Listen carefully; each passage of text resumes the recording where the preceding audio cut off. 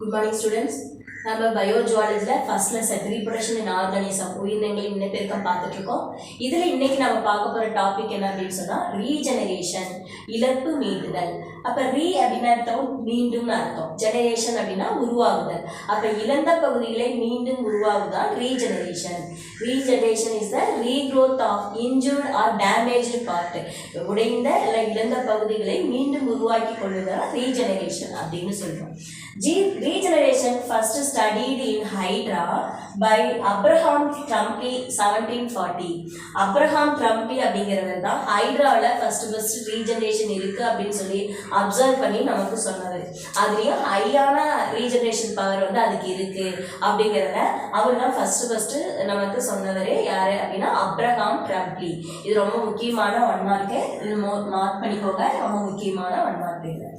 Regeneration is of two types, ரெண்டு வகை இருக்கு. இந்த ரீஜெனரேஷன் இழப்பு மீட்டுதல், இழந்த பகுதிகளை உருவாக்கும் தன்மை அனிமல்ஸ்ல அதிகமா இந்த புரோட்டோசோவர்ல இருந்து ஆரம்பிச்சு மெமல்ஸ் வரைக்கும் எல்லாத்துலயும் இந்த ரீஜெனரேஷன் பவர் அப்படிங்கிறது இருக்கு.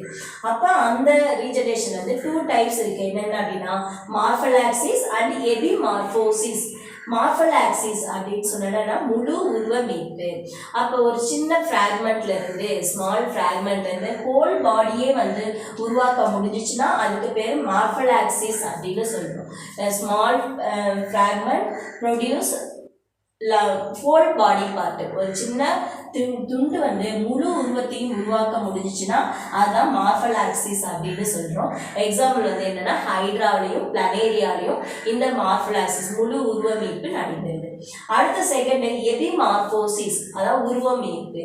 அது replacement of the body part. அதாவது எந்த இடத்துல டேமேஜ் ஆச்சுனோ அந்த பகுதி மட்டும் திரும்பவும் வளருதல், ரீப்ளேஸ்மெண்ட், திரும்ப வளர்தல், உருவாக்குதல், அதுதான் நம்ம எபிமார்போசிஸ் அப்படின்னு சொல்றோம். இப்போ எக்ஸாம்பிள் எடுத்துட்டா அப்படின்னு சொன்னா டெய்ல் ஆஃப் லிசர்டோடைய அந்த வால் பகுதி வந்து கட்டாச்சு அப்படின்னா திரும்பவும் என்ன செய்ய அந்த வால் மட்டும் உருவாக்கி கொள்ள முடியும்.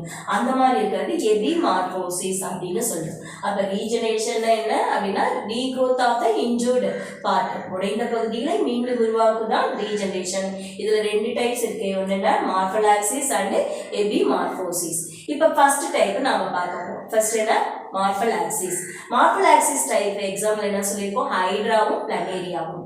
அப்ப ஹைட்ரா பார்த்தீங்கன்னா நம்ம புக்ல கொடுத்துருப்பாங்க, டயக்ராமும் பார்த்துக்கோங்க. ஹைட்ரா வந்து நம்ம actually cut into several pieces. நம்ம ஹைட்ராவை நிறைய பீஸா கட் பண்றோமா, இல்ல அதுவே ஏதோ ஒரு காரணங்களால விபத்துனால நிறைய பீஸா உடைஞ்சிச்சு அப்படின்னு சொன்னா each piece can produce their own part. அதனுடைய உடைந்த ஒவ்வொரு பீஸும் திரும்ப ரீப்ளேஸ்மெண்ட் பண்ணிக்க முடியும், திரும்ப உருவாக்கி கொள்ள முடியும். அப்போ உடைந்த ஒரு பகுதியை நம்ம 3 துண்டா கட் பண்றோம் அப்படின்னு சொன்ன ஹைட்ராவை, அதனுடைய போலரிட்டியை எப்பயுமே என்ன செய்யும், அந்த ஹைட்ரா வந்து அதை கரெக்ட் பண்ணிக்கும், போலரிட்டி முனைத்தன்மையை வந்து கரெக்ட் பண்ணிக்கும். இப்ப ஹெட் போர்ஷன் இருக்கு அப்படின்னு சொன்னா அந்த ஹெட் போர்ஷன் என்ன செய்யுது, அதோட அப்போரல் எண்ட், அதாவது அடிப்பகுதியை பேசல் டிஸ்கை உருவாக்கிக்குது. சென்டர் பார்ட்டா இருந்துச்சுன்னா அது மேல ஹெட் போர்ஷனையும் கீழே வந்து அதனுடைய பேசல் டிஸ்க் ரெண்டு பார்ட்டையும் அது உருவாக்கி கொள்ள முடியும். அதே போல பேசல் டிஸ்க் பார்ட், அதாவது அப்போரல் பார்ட்டா இருந்துச்சுன்னா அதனுடைய மேல இருக்கக்கூடிய ஓரல் பார்ட்டை அதனால உருவாக்கி கொள்ள முடியும். அதனால எந்த அளவுக்கு நமக்கு எத்தனை பீஸா கட் பண்ணி போட்டாலும் அந்த ஹைட்ரா என்ன செய்யும், திரும்ப திரும்ப அது தன்னுடைய பாடி பார்ட்டை உருவாக்கி திரும்ப வளர்ந்துக்கும். அப்ப அதுதான் மார்பலாக்சிஸ் அப்படின்னு சொல்றோம். இன்னொரு ரீஜெனரேஷன் பவரும் இது இருக்கு அப்படின்னு சொன்னா என்னன்னா ஹைட்ராவை நம்ம டிரான்ஸ்ஃபர் வைஸ் கட் பண்றது மட்டும் இல்லாம லாஞ்சிடியூடினலி கட் பண்ணாலும், நீள வாக்குல நம்ம கட் பண்ணா கூட 2 headed ஹைட்ரா வந்து ஃபார்ம் ஆகும்.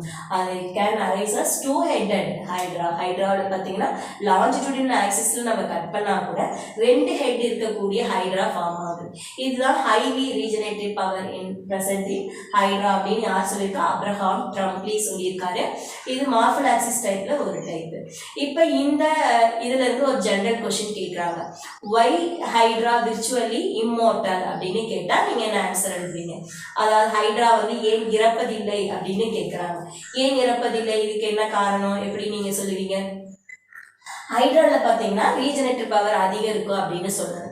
அது மட்டும் இல்லாம இதுல என்ன இருக்கு, டோட்டிபொட்டன்டி இன்டர்ஸ்டைட்டியல் செல்ஸ் வந்து ஸ்டெம் செல்ஸ் பிரசன்ட் ஆயிருக்கு. என்னது அப்படின்னா டோட்டிபொட்டன்சி, இண்டஸ்ட்ரைட்டியல் ஸ்டெம் செல்ஸ். இந்த ஹைட்ரால ரொம்ப முக்கியமானது என்ன, திரும்ப திரும்ப உருவாக்கி கொள்ள ஹைட்ரா வந்து அதோட பாடி பார்ட்டை உருவாக்கி கொள்றதுக்கு முக்கிய காரணம் என்னன்னா அதுல இருக்க டோட்டிபொட்டன்சி, இண்டஸ்ட்ரைட்டியல் ஸ்டெம் செல்ஸ் தான் அதுக்கு காரணம். இது மேக்ஸிமம் பார்த்தீங்கன்னா அதோட ஓரல் ரீஜன் டெண்டக்கலுக்கு கீழே இருக்க பகுதியில தான் இருக்கும்.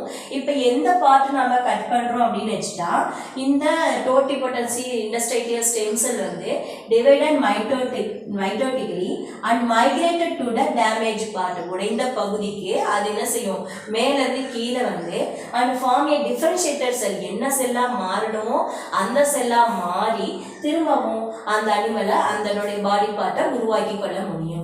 அப்ப இந்த இண்டஸ்ட்ரைட்டியல் ஸ்டெம் செல்ஸ் வந்து மேக்ஸிமம் டெண்டக்கலுக்கு அடியில் இருக்கிற பகுதியில இருக்கு. எந்த இடத்துல டேமேஜ் இருக்கோ அந்த இடத்துக்கு அது மைக்ரேட் ஆகி அந்த இடத்துல அது மைட்டோட்டிக் டிவிஷன் எடுத்துக்கிட்டு திரும்பவும் அதனுடைய டேமேஜ் ஆன பார்ட்டுகளை உருவாக்கி கொள்ளுது.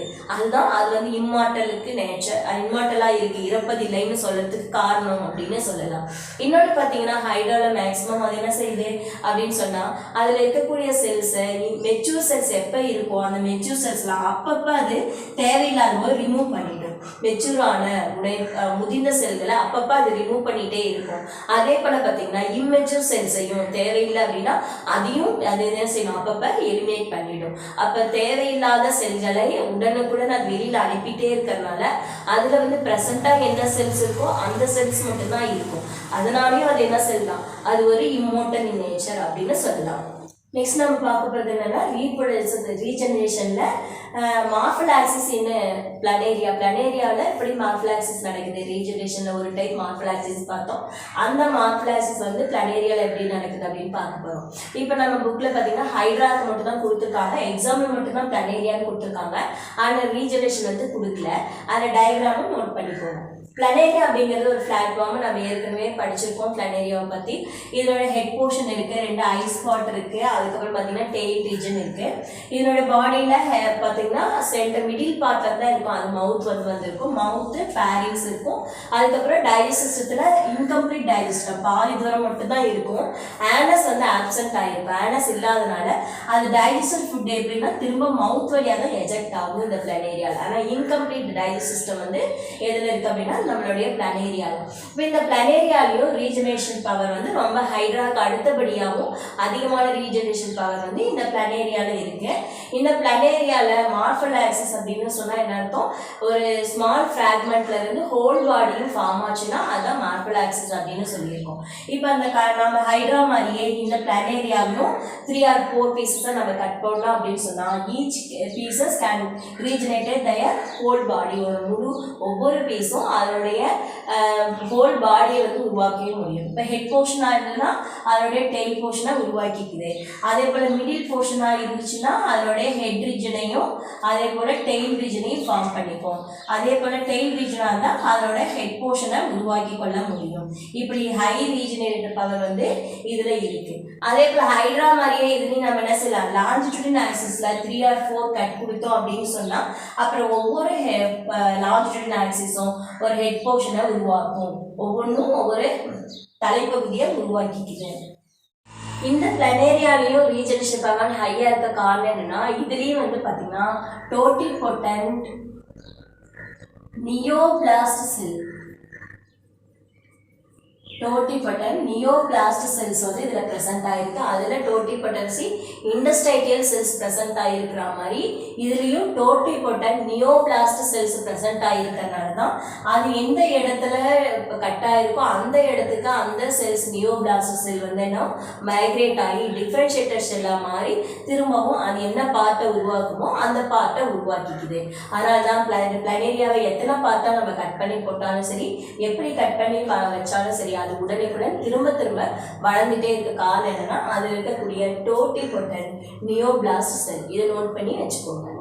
ரீஜெனரேஷன்ல நெக்ஸ்ட் டைப் என்னன்னா எபிமார்போசிஸ் அப்படின்னு சொல்றோம். எபிமார்போசிஸ் அப்படின்னா replacement of lost body part, இழந்த பகுதிகளை மீண்டும் உருவாக்கி கொள்ளுதல் தான் எபிமார்போசிஸ் அப்படின்னு சொல்றோம்.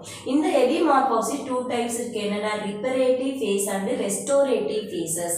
ரிப்பரேட்டிவ் அப்படின்னு சொன்னா சர்டன் டேமேஜ் திசு கேன் பி ரீஜெனரேட்டட். சில திசுக்களோ இல்லை சில பகுதிகளோ இல்லை தோள்களில் போன்லேயோ இல்லை பிளட்லேயோ ஏதோ ஒரு டேமேஜ் இருந்ததுன்னா திரும்பவும் உருவாக்கி கொள்ள முடியும். அந்த தன்மை இருக்கு. ரிப்பரேட்டிவ் அப்படின்னு சொல்லலாம். சீராக்குதல் இடைந்த பகுதிகளை இழந்த பகுதிகளை மட்டும் கொஞ்சம் கொஞ்சம் பார்த்து மட்டும் திரும்ப என்ன செய்ய முடியும், உருவாக்கி கொண்டது தான் ரிப்பரேட்டிவ் அப்படின்னு சொல்லி ரிப்பேர் செய்தல். அந்த மாதிரி ரிப்பரேட்டிவ் செய்தல். அடுத்த ரெஸ்டோரேட்டிவ் அப்படின்னா மீண்டும் உருவாகுதல். இழந்த பாடி பார்ட், ஹோல் பார்ட், அதனோட ஆர்ம்ஸ், டெய்ல்ஸ், அந்த மாதிரி பார்ட் ஆர்கன்ஸை வந்து இழந்துச்சு அப்படின்னா திரும்ப உருவாக்கி கொண்டது தான் ரெஸ்டோரேட்டிவ் மெத்தட், மீண்டும் உருவாகுதல் மெத்தட் அப்படின்னு சொல்றோம். இப்போ நம்ம ஒன் பை ஒன்னா பார்க்கலாம். ஃபர்ஸ்ட் என்னது ரிப்பரேட்டிவ் மெத்தட். ரிப்பரேட்டிவ் மெத்தட் என்னன்னு சொன்னேன் ஏற்கனவே, டேமேஜ் ஆன பார்ட் திசுக்கள் ஏதாவது டேமேஜ் ஆயிருந்தா அது மட்டும் திரும்பவும் என்ன செய்யணும், ரீப்ளேஸ்மெண்ட் பண்ணிக்க முடியும், திரும்ப உருவாக்கி கொள்ள முடியும். ஏதாவது ஒரு விபத்தில் நம்ம சும்மா லைட்டாக கட் பண்ணிட்டோம் அப்படின்னா கட் பண்ண பகுதியில் அந்த திசுக்கள் திரும்பவும் மீண்டும் உருவாக்கி கொள்வது தான் ரிப்பரேட்டிவ் அப்படின்னு சொல்றோம். இது மெமல்ஸ்ல மேக்ஸிமம் போன்ஸ்ல இருக்கு. அடுத்த பிளட்டு, திசு, அந்த மாதிரி மசில், லிவர் செல்ஸ், இது எல்லாமே திரும்பவும் மீண்டும் மீண்டும் உருவாக்கி கொள்ள முடியும். அந்த ரெஸ்டோரேட்டிவ் மெத்தட் அப்படின்னு சொன்னா அதோட பாடி பார்ட் என்னவோ அந்த பார்ட் வந்து இழந்ததுன்னா திரும்ப ரீப்ளேஸ்மெண்ட் பண்ணிக்க முடியும். அது என்ன, இப்போ எக்ஸாம்பிள் எடுத்துட்டா நியூட்டு, சாலமெண்டர், இதெல்லாம் அதனோட எக்ஸாம்பிள் சொல்லலாம். அந்த நியூட்டு, சாலமெண்டரோட ஆர்ம்ஸ், அதனுடைய கால்களில் ஏதோ ஒரு விபத்து காரணமாக கட் ஆயிடுச்சு அப்படின்னு சொன்னா அந்த கட்டான பகுதி வந்து பிளாஸ்டிமா அப்படிங்கிற ஒரு திசு தொகுப்பு வந்து ஃபார்ம் ஆகுது. பிளாஸ்டிமான்ற ஒரு திசு மாஸ் வந்து ஃபார்ம் ஆகும். இந்த மாஸ் தான் அதனுடைய ஆர்ம்ஸை திரும்பவும் உருவாக்கி கொடுக்கும். அப்போ இதுதான் பிளாஸ்டிமா தான் என்ன செய்யுது, அந்த இடத்துல திரும்பவும் அந்த ஆர்ம்ஸை உருவாக்கி கொடுக்குது. இதுதான் ரெஸ்டோரேட்டிவ் மெத்தட் அப்படின்னு சொல்லி இழந்த பகுதிகளை மீண்டும் உருவாக்கி கொள்ள முடியும். அதே மாதிரி எக்ஸாம்பிள்ஸ் என்னன்னா ஸ்டார் ஃபிஷ் சொல்லலாம். ஸ்டார் ஃபிஷ் அதனுடைய ஆர்ம்ஸை வந்து கட் பண்ணிடுச்சு அப்படின்னா திரும்ப என்ன செய்ய முடியும், உருவாக்கி கொள்ள முடியும். அதே போல பார்த்தீங்கன்னா டெய்ல் ஆஃப் த லிசர்ட், லிசர்டோடைய வால் பகுதி கட்டாச்சு அப்படின்னு சொன்னா அந்த பகுதிகளை திரும்பவும் அந்த வாலை உருவாக்கி கொள்ள முடியும். அதுக்கு காரணம் அந்த பிளாஸ்டிமா அப்படின்னு சொல்லக்கூடிய அந்த திசு தொகுப்பு தான் அதுக்கு காரணம். இப்போ இன்னொரு வேர்டு நம்ம புதுசாக தெரிஞ்சுக்க போறோம். அது பேர் என்ன, ஆட்டோடோமி. ஆட்டோடோமினா என்ன, ஆட்டோடோமி அப்படின்னா தானாகவே என்ன செய்யறது, தன்னுடைய பாடி பார்ட்டை கட் பண்ணிக்கிறது தான் ஆட்டோடோமி. சில காரணங்களால இல்லை ப்ரிடேட்டர்ஸ் வந்தது அப்படின்னு சொன்னா அந்த ப்ரிடேட்டர்ஸ்ல இருந்து திசை திருப்பதற்காகவோ இல்லை அதுல இருந்து தப்பிக்கிறதுக்காக தன்னோட பாடி பார்ட்டை தானே கட் பண்ணிக்கிறது தான் ஆட்டோடோமி. இது ரொம்ப முக்கியமான வேர்டு. நம்ம புக்கில் இல்லை, இது ஜென்ரல் தான், இதனால தெரிஞ்சு வச்சுக்கோங்க. ஆட்டோடோமி அப்படிங்கிறது பார்த்தீங்கன்னா தன்னோட பாடி பார்ட்டை தானா கட் பண்ணிக்கிறது. இந்த எக்ஸாம்பிள்ஸ் உங்களுக்கே தெரியும். இப்போ டெய்ல் வந்து நம்ம லிசர்ட் எடுத்துட்டா அது இல்லைன்னா கலோட்டஸ், இதெல்லாம் என்னென்ன அரணை இருக்கு, அதெல்லாம் வந்து என்ன செய்யும், தன்னுடைய பாடி பார்ட்டை ப்ரிடேட்டர்ஸ் யாராவது வரும்பொழுது அவங்க கிட்ட தப்பிக்கிறதுக்காக தன்னுடைய டெய்ல அதுவே என்ன செஞ்சுக்கும், கட் பண்ணி விட்டுக்கும். அந்த மாதிரி கட் பண்ணி விட்டுடுச்சுன்னா திரும்பவும் அது என்ன செஞ்சுக்கும், வளர்ந்துக்கும். ஆனால் அந்த ப்ரிடேட்டர்ஸ் வந்து அப்போதைக்கு என்ன செய்யும், தன்னை காப்பாற்றிட்டு அங்கேருந்து தப்பிச்சு அது வெளிவரத்துக்கு இது ரொம்ப யூஸ்ஃபுல்லாக இருக்கு. அப்போ இந்த மெத்தட் பேர் என்ன, ஆட்டோடோமி. இந்த ஆட்டோடோமி வந்து நம்மளுடைய ஸ்டார் ஃபிஷ்லேயும் இருக்கு, அடுத்தது லிசர்ட்ல, கலோட்டஸ்ல, இந்த மாதிரி முக்கியமான ப்ரான் இதுலெல்லாம் வந்து பார்த்தீங்கன்னா இந்த ஆட்டோடோமிங்கிறது ஒரு முக்கியமான ஒரு நிகழ்வாக இருக்கு. அனிமல்ஸ்ல ரீஜெனரேஷன் எப்படி நடக்குதுன்னு நான் நிறைய வந்து சொல்லியிருந்தேன். புரோட்டோசோவில் ஆரம்பிச்சு மெமல்ஸ் வரைக்கும் எல்லாத்துலேயும் ரீஜெனரேஷன் ஸ்பெஷல் கேரக்டர் அப்படின்னு சொல்லியிருந்தேன் இல்லையா. அப்போ அதில் பார்த்தீங்கன்னா அமீபால ஆரம்பிச்சு அமீபால அந்த நியூக்ளியஸ் சேர்ந்து நியூக்ளியஸோட கட் பண்ணுற பார்ட் எல்லாமே என்ன செய்யும், திரும்பவும் டிவைட் ஆகிருக்கு. ஏற்கனவே பைனரி விஷனில் பார்த்துருக்கோம். அந்த மாதிரி அமீபாலையும் வந்து ரீஜெனரேஷன் இருக்கு. அதே போல் ஸ்பாஞ்சஸ் எடுத்துக்கிட்டா ஹைலி பவர் ஆஃப் ரீஜெனரேஷன் நம்மளுடைய மோட்டு நூலில் கொடுத்துருப்பாங்க பாருங்க. ஸ்பாஞ்சஸை வந்து அதை க்ரஷ் பண்ணி ஒரு பட்டு துணியை வச்சு க்ரஷ் பண்ணிவிட்டு அந்த க்ரஷ் பண்ணதுக்கப்புறம் வரக்கூடிய அந்த செல் மாஸ் எடுத்து வச்சாவே அது என்னவோ நிறைய செல்ஸ் ஸ்பாஞ்சஸாக வந்து உருவாகும். அப்போ ஸ்பாஞ்சஸ் கல்டிவேஷனில் பார்த்தீங்கன்னா இந்த டெக்னாலஜி தான் பயன்படுத்திட்டு இருக்காங்க அப்படின்னு சொல்லியிருக்காங்க. இதை கண்டுபிடிச்சவர் வில்சன் அப்படிங்கிறவர். அடுத்தது பார்த்தீங்க அப்படின்னு சொன்னால் ஹைட்ரால ரீஜெனரேஷன் பவர் இருக்குது, தெரியும், பிளானேரியாவில் இருக்குது. அடுத்து எர்த்வாம் எடுத்துக்கிட்டிங்கன்னா அன்னலிடாஸில் அதனோட பாடியை ஹெட் போர்ஷனை அதாவது ஆன்டீரியர் ரீஜனை கட் பண்ணிட்டோம் அப்படின்னு சொன்னால் அது போஸ்டரி ரீஜனை அதனால உருவாக்கி கொள்ள முடியும். அதுக்கப்புறம் ஆத்ரோபோடா எடுத்துட்டா அதில் கிராப்ஸ், லோப்ஸ்டர், ஸ்பைடர், ப்ரான்ல இதில் எல்லாத்துலையும் என்னன்னா அதனுடைய ஆர்ம்ஸை கால்கள் வந்து கட் ஆயிடுச்சு அப்படின்னா திரும்பவும் உருவாக்கி கொள்ள முடியும். ப்ரான்ல ஏற்கனவே நான் சொன்ன மாதிரி ஆட்டோடோமி மெத்தட் வந்து ஹையாக இருக்குது. தானே தன்னுடைய கால்களை கட் பண்ணி விட்டுக்கிற மெத்தட் வந்து ப்ரான்ல நடக்குது. அந்த செஃபலோகார்டேட்ஸ் எடுத்துகிற தலைக்காலிகளில் அதனுடைய ஆர்ம்ஸ் வந்து கட் ஆச்சு அப்படின்னா அது திரும்பவும் அதனால உருவாக்கி கொள்ள முடியும். அடுத்தது பார்த்தீங்கன்னா நம்மளோட ஸ்டார் ஃபிஷ், எக்கினோடெர்மேட்டா ஸ்டார் ஃபிஷ்லேயும் கட் பண்ண ஆர்ம்ஸை திரும்ப உருவாக்கி கொள்ள முடியும். அடுத்தது ஃபிஷ்ஷஸ் எடுத்துட்டிங்கன்னா ஃபிஷ்ஷஸில் வந்து ரீஜெனரேஷன் பவர் அப்படிங்கிறது ரொம்ப குறைவான அளவு தான் இருக்குது. ஆனால் ஜீப்ரா ஃபிஷ்ஷில் மட்டும் அதனுடைய டெயில் கட் ஆச்சு அப்படின்னா அது திரும்பவும் என்ன செஞ்சுக்க முடியும், அந்த டெயில் போர்ஷனை உருவாக்கி கொள்ள முடியும். அதே போல் ஆம்பிபியன் எடுத்துட்டிங்கன்னா ஆம்பிபியன் வந்து ரீஜெனரேஷன் பவர் கம்மி தான். ஆனால் டேட்போலில் மட்டும் அந்த டேட்போலில் அதனுடைய டெயில் போர்ஷன் வந்து கட் ஆச்சுனாலோ அது ஃபின் கட் ஆச்சு அப்படின்னு சொன்னால் அது வந்து என்ன சரி கட்டான பகுதி திரும்ப உருவாக்கி கொள்ள முடியும். ஆனால் அடல்ட் அனிமலில் அதனுடைய வந்து லெக்ஸ் வந்து கட் ஆச்சு அப்படின்னு சொன்னால் அந்த லெக்கை திரும்ப உருவாக்கி கொள்ள முடியாது. ஆனால் டேட்போலில் மட்டும் அதனுடைய லார்வா ஸ்டேஜில் டேட்போலில் மட்டும் அந்த ரீஜெனரேஷன் பவர் இருக்குது. அடுத்தது பார்த்தீங்கன்னா ரெப்டைல்ஸ் எடுத்துட்டா நியூட்டு, சாலமண்டர் ஏற்கனவே சொல்லியிருந்தேன். அது இல்லாமல் நம்ம கலவட்டஸ் இதெல்லாம் பார்த்துருக்கோம், வால் லிசர்ட்லாம் பார்த்துருக்கோம். அதோட டெயில் போர்ஷனோ ஆர்ம்ஸ் போர்ஷனோ கட் ஆச்சுன்னா திரும்ப அந்த பிளாஸ்டிமா செல்ஸ் வந்து திசுக்கள் வந்து அதை உருவாக்கி கொடுத்துரும். அடுத்த பேர்ட்ஸில் எடுத்துக்கிட்டிங்கன்னா ஏவ்ஸில் ரீஜெனரேஷன் பவர் ரொம்ப ரொம்ப கம்மி. சில பேர்ட்ஸில் மட்டும் அது பீக் வந்து கட் ஆச்சு அப்படின்னு சொன்னால் அந்த பீக்கை திரும்ப உருவாக்கி கொள்ள முடியும். அது சில பேர்ட்ஸ் மட்டும்தான். மெமல்ஸில் எடுத்துக்கிட்டிங்கன்னா திசு, ஸ்கின்னு, போன், பிளட், மசில்ஸ், சில நியூரான்ஸ் எல்லாம் திரும்ப திரும்ப உருவாக்கிக்கும். லிவர் மட்டும் 85% வந்து டேமேஜ் ஆன அந்த திசுக்களை லிவர் செல்ஸை திரும்பவும் என்ன செய்யும், உருவாக்கி கொள்ள முடியும். அப்போ சின்ன புரோட்டோசோவன்லேருந்து மெமல்ஸ் வரைக்கும் இந்த ரீஜெனரேஷன் பவர் அப்படிங்கிறது எல்லா அனிமல்ஸ்க்கும் காமனாக இருக்குது. ஓகே ஸ்டூடெண்ட்ஸ், இன்றைக்கி நம்ம ரீஜெனரேஷனாக என்னென்னு தெரிஞ்சுக்கிட்டோம், அதனோட டைப்ஸ் என்னென்னு பார்த்தோம், அதுக்கான எக்ஸாம்பிள்ஸ் பார்த்தோம். அது மட்டும் இல்லாமல் நம்ம லோயர் ஆர்கானிசம் புரோட்டோசோவன்லேருந்து மெமல்ஸ் வரைக்கும் எப்படி ரீஜெனரேஷன் செய்யுது அப்படிங்கிறத தெரிஞ்சுக்கிட்டோம். நிறைய ஜென்ரலான விஷயங்களும் நம்ம ஆட்டோடோமினா என்ன அப்படிங்கிறத தெரிஞ்சுக்கிட்டோம். இந்த மாதிரி நிறைய விஷயங்களும் இன்றைக்கி தெரிஞ்சுக்கிட்டோம். இதிலேருந்து புக் பேக்கில் நமக்கு என்ன கொஷின் கேட்குறாங்க அப்படின்னு சொன்னால் what is mean by regeneration அப்படின்னு ஒரு 2 மார்க்கும், explain the types of reproduction அப்படின்னு சொல்லிட்டு ரீஜெனரேஷன் அப்படின்னு சொல்லி 5 மார்க்ஸில் கேட்பாங்க. ஒரு பெரிய கொஷின், ரொம்ப இம்பார்ட்டன்ட் கொஷின் கூட. அதனால் இதை கொஞ்சம் படித்து ப்ராக்டிஸ் பண்ணிக்கோங்க. Okay students, thank you.